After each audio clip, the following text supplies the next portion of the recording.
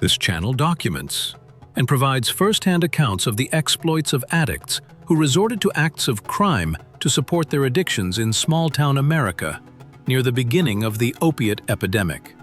While we condemn the crimes in these events, they did happen. People were convicted and went to prison for these crimes. In some cases, people lost their lives in these crimes. These are small-town crime stories. Welcome to Small Town Crime Stories, where we chronicle true crime stories from rural Appalachia. Are you ready to tell your tale, Mr. Whitehair? I am. We were like a lot of people around there we knew, strung out on opiates. It's hard for people to understand just how sick we could get when we were withdrawing. We did whatever we could to avoid that experience.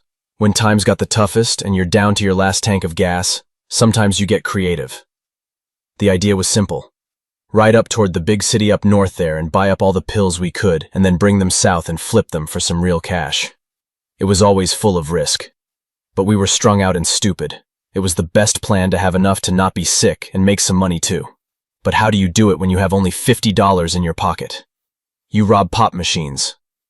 We would go out all night and hit as many as we could before sunup.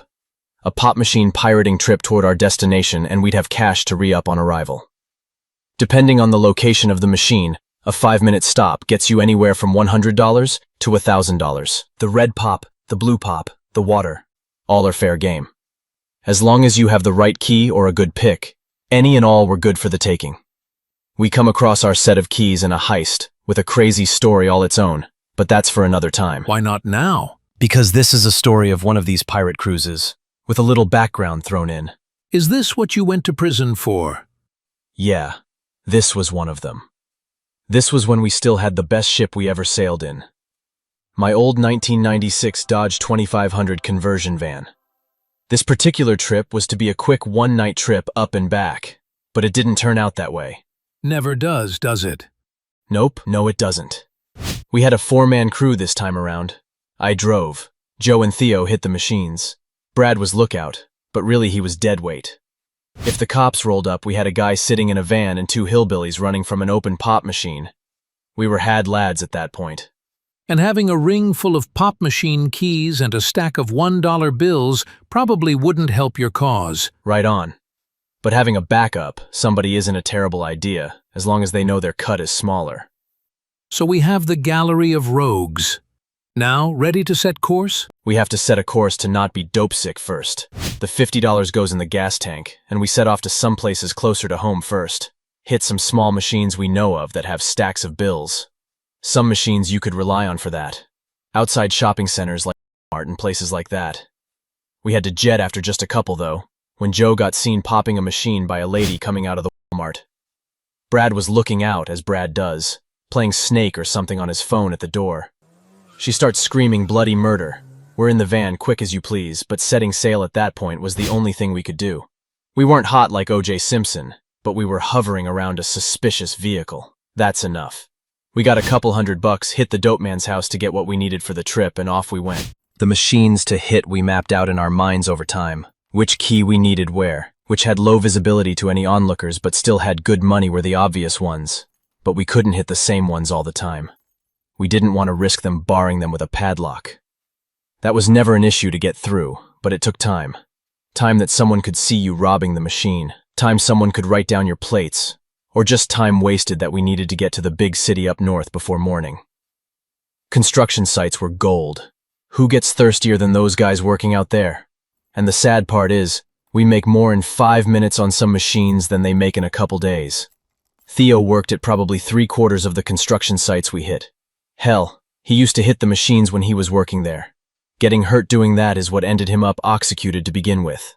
But that's his story to tell. So, those were the type of sites there were the most of on your pirate maps. Or what? You said maps. There were no actual maps. What? Like we're going to drive around with a map with all the pop machines known to be robbed frequently on it along with our keys? We're not stupid. Well, you did get caught. We got ratted out. There's a difference, but time is time, I guess. And of course, he's right there in the van with us. Towns and shopping centers were gold too, especially if it's a college town. I always told the boys that if they sold beer out of pop machines, we'd be millionaires. But they drank a lot of pop too. We drove all night hitting a decent number of places and trying to keep on schedule. We like to hit the ghetto in the big city at around 8 in the morning. The ghettos of cities are notorious for dope for a reason. It's true. And buying pills is no different. If you didn't know a guy, that's the place to go. The ghettos. This time, though, 8 was important because we had a connection. This particular trip was during the years Stan was around. Stan was the man. Stan worked for a pharmacy distributor, see? Stan didn't have supplier. Stan was the supplier. I never asked the man how he got them out of his job without getting caught. Why not? Well, he got caught before I could ask him. Remember I said this trip was during the time Stan was around? He wasn't always. When we pulled into Stan's, he had his usual pack with him. He generally kept some beefy junkies around in case of trouble. Haven't seen too many beefy junkies. They come in all varieties, trust me. These ones didn't stay beefy long, though, I'll tell you that. Strung out like a broken yo-yo. Instead of the usual swap and go, Stan had an offer for us. Over the night, we had robbed machines to where we had upward of $5,000. Stan offered us the deal of deals. 350 80s for 8,000. So, people watching this may not be in the know about that deal. All right, people not in the know.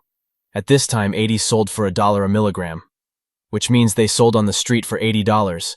For one pill. But the deal was contingent on us actually having the 8,000. We had 5,000 and had pretty much already hit all the machines we knew of. To get the rest, we'd have to go into dark territory. New towns, new streets, new cops. It would be risky. But instead of somewhere between doubling and tripling our 5,000, we could get 5 times the loot. We grabbed a motel room. We would hit the machines in the motel before we left, of course. Naturally. Hey, we had to get the money back for the room. Every quarter counted. We had $4,500, more or less, after food, gas, and the room. And pills. Of course, and pills. But we needed that $4,500 to be $8,100, counting fuel for the ship back to home port. The trek had just begun. We're going to go ahead and cut it there, Mr. Whitehair, and save the second night of this pop machine pirate story for the next episode. Join us there for the next chapter, and be sure to like and subscribe to the channel to see more small-town crime stories.